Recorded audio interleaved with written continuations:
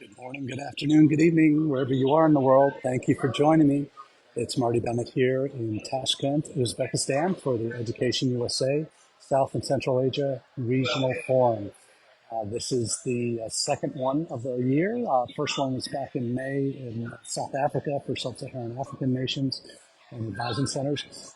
Today we're covering advising centers from Central Asian republics as well as South Asia. So everywhere from Bangladesh to Sri Lanka, Maldives, India, Pakistan, Nepal, Bhutan, which I don't think we have a center in Bhutan, but they're all here along with the Central Asian republics. So all the stands are here in Tashkent. So my first trip uh, to any of the stands. I'm very pleased so far. Got in on Monday after a quick turnaround after the Education USA Indonesia graduate fairs that ended last Wednesday. Flew back Thursday. Now I had 2 days at home with the family. Left again on Sunday to come here. Family is important to me, and if, in case you haven't already guessed that from for those of you who've known me for more than a minute, that's a real important part of my life, and wanted to be home for my wife and son, and had a special time with them. So good to be back out on the road with my favorite professional peeps in the international ed community, Education USA advisors. It's an interesting dynamic at this conference. There are nearly 90 U.S. representatives of institutions, associations, testing companies represented here with the Education USA higher ed community, and then about 45 advisors from the different centers throughout Central Asia and South Asia. So it's an interesting mix of people. Good to see some folks I haven't seen in a few years. I want to speak first off about kind of the power of international education and social media. In fact, and those of you who know, that's the name of my company is, that I started when I left Education USA, is Social Media and International Ed Consulting. I have to tell a story first up. Before, when I obviously knew I was coming here for a few months, but about a month ago, I reached out, saw that a former student of mine from Ball State, one of my previous institutions, had come to Ball State on the UGrad program, and he had an excellent time with us for the year that he was there. Went on to do finish his undergrad through University of Westminster or Warwick, and then Westminster for an MBA in the UK. So has had a lot of diverse experiences, and is now back in Tashkent. Lived in the UK for a number of years. Back in Tashkent, running kind of arts startup programs for museums and those kind of things that exist in the wider world. And he was able to. He found I touched base with him and knew that he was going to be here in Tashkent. And I said, "Hey, Jalal, I'm going to be in town for a conference, and I would love to get to connect with you. I haven't seen him since he left Ball State in 2006 or 7. Told him the dates I was arriving, and said, "Oh, we'll get together. I'll have dinner. We'll do this, that." And as it turns out, one of our other former students from Kyrgyzstan, just a neighboring country to Uzbekistan, was also going to be in Tashkent the same day. So last night, 16 years since I saw both of them, we're out having dinner and catching up on old times about life in rural Indiana and experiences that they had on campus. Some early morning classes for a particular professor that had to ride his bicycle a couple miles from his apartment to where the class was at 4 in the morning to make it there in time for class. So some really unique stories that they had to share. But I think this all is reinforcing why I got into the field in the first place. The connections that you make with these students are lifelong connections. I've spoken before about former Marquette students where I started my professional career 30 years ago and how I've been able to keep in touch with them. Interestingly, via social media, via Facebook primarily, is a tool that we use all the time to keep in touch with friends, with family, with colleagues on the road, wherever it might be. Instagram has probably taken over a little bit, but certainly in terms of catching up on people's lives, this is where we go.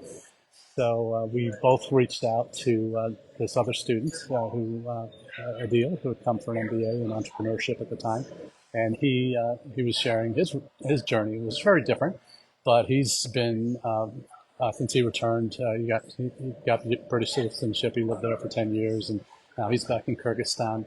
And is just a phenomenal startup maker. He advises companies that are starting up in the tech sector, but also large multinationals on trying to break into markets like Kyrgyzstan. So he's all able to, both of these guys have been able to leverage their U.S. experiences, their what they both call their kind of nomadic lifestyles, living in the UK, living in a number of different countries. Jalal, our UGrad student, he ended up has lived. And I said, "What constitutes?" He's lived in 14 different countries, and the kid is only like, well, let's see, 38, not even 40. I said, "What constitutes living in a country?" I've been to 75 countries recruiting students over the years. Now, 75. This is 75 here in Uzbekistan. So I asked him what constitutes living. It's at least 4 months. And so he's lived in 14 different countries for at least 4 months. So fascinating character. And his wife is a flight attendant for Uzbek Air, and I ended up flying on the same flight. She had just come off maternity leave. They had a son last year, and he's about a year old now. She's back at work, traveling the world herself as a flight attendant. She was on the same flight that I was on from Frankfurt here. So she stopped by my seat during the flight just to make sure I was okay and introduce herself. So it's amazing how the connections that you can make in international education, and those personal ones came about because of the connections we had when they were students at a previous university where I was working. So those relationships last. And when I met them both here at dinner last night, the student who's from Uzbekistan, he picked me up at the airport, and his wife drove me back to my hotel. Went out to dinner last night with him, just had a phenomenal time. But these relationships all started and have maintained themselves as infrequently as they do on social media via Facebook. And what I encounter, and I tell this story to him the other night about why social media is such an important part of my life in my profession and personal life, is the lessons I learned at Ball State back in 2005, 6, 7, when social media was just becoming a thing in the United States. On college campuses, that's where it started, obviously Harvard and beyond, as it had filtered across the country. And I had a conversation with students on campus that we were emailing our current international students at the time, we emailed them events and that we're hosting and encouraging them to attend legal things that they need to be aware of, health insurance, OPT regulations, all the process stuff they need to go through for CPT and all of that. And I shared with them, when we were sending these emails out, no one was responding. I cornered a few students. I said, "Hey, what's going on? You're not getting our emails?" Say, "What?" And, "Oh, we don't really read email anymore." I go, "So where do you spend your time? Where do you get your information?" And they said, "Facebook." And I go, "Okay, wow, dang, all right. This is again just as Facebook and social media were really taking off in the U.S. There was Google already and YouTube, but Facebook was just starting to be a thing." And the light bulb went on for me, and that was 2006 when I created my first Facebook account, my Twitter account, YouTube account, all of that, just so that I could stay in touch with the students and people in my life that I needed to keep track of and be aware of what's going on, people who are important to me. And it was that conversation with our current students that told me, "Hey, I gotta live where they live." And at the time, that meant being on social media and being on Facebook in particular. So those relationships that started in 2006 started on because of Facebook. And now, as a result, I'm able to have these kind of conversations here today with them. When his son is 18 years old and off to college, I'm sure he'll reach out to me and ask my advice on some things. And that's one of the beautiful things about what we do in international ed. These relationships that we form back 15, 20 years ago, 30 years ago in some instances, we've been able to maintain them. We don't see each other regularly at all. Some could be a decade or more in between visits that we actually see each other in person. But the value of those relationships starts. The in-person relationships is where you form that bond, but you're allowed to continue that even though there's thousands of miles in between you and the other person. You're able to sustain that off and on through social media. And that's when I started the company. When I left Education USA, social media and international ed consulting, that was one of the two cornerstones of the company, is helping develop social media strategies, how to reach students where they are. Not just always Facebook. Obviously, it's not the only place to connect with students or to connect with colleagues in the field, that type of thing. Those platforms can and do change over time. But the realities are that it's an invaluable tool to help you stay in touch with important people in your life, and that's allowed me to do what I've been able to do over the years in international ed.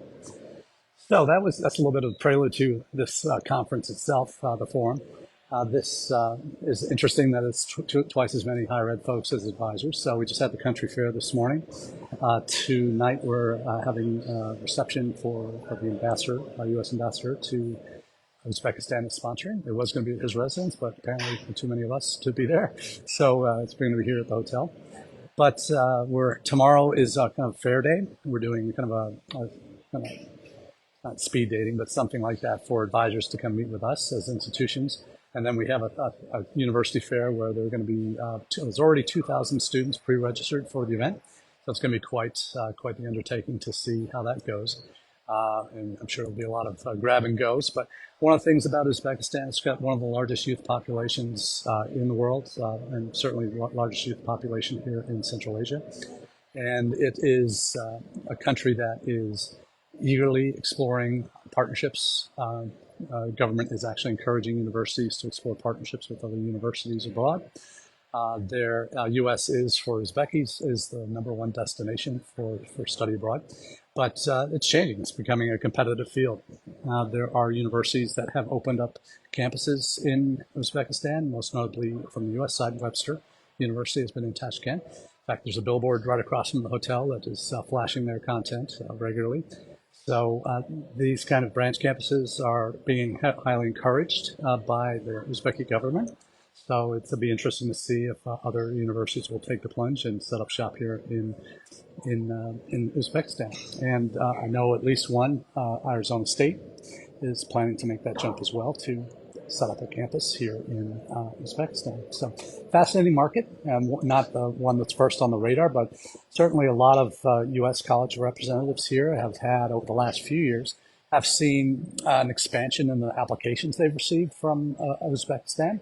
And I know we've at UNLV, we had probably 15 or 20 applicants in the last year. Didn't have any enrolled, and that's been a challenge. I think we're going to have a consular briefing tomorrow morning from U.S. Consul Chief here about the visa situation, because it's not great. It's, I think, 50 to 60% are approved. So, but there's a lot of potential challenges. And talking to my Uzbeki student, former student from Ball State, I asked him what his opinion on this was, and he said, "Yeah, it's there's a fear that they're not coming back. They are going to become truck drivers in the U.S. That's the thing now for Uzbekis, apparently. Go and make a bunch of money and send it back home as a truck driver." So fascinating to hear that as a major route for these students. So this event is also opening up opportunities for partnerships. So not just the student contact that we're going to have tomorrow night with the fair, with 2,000 students coming.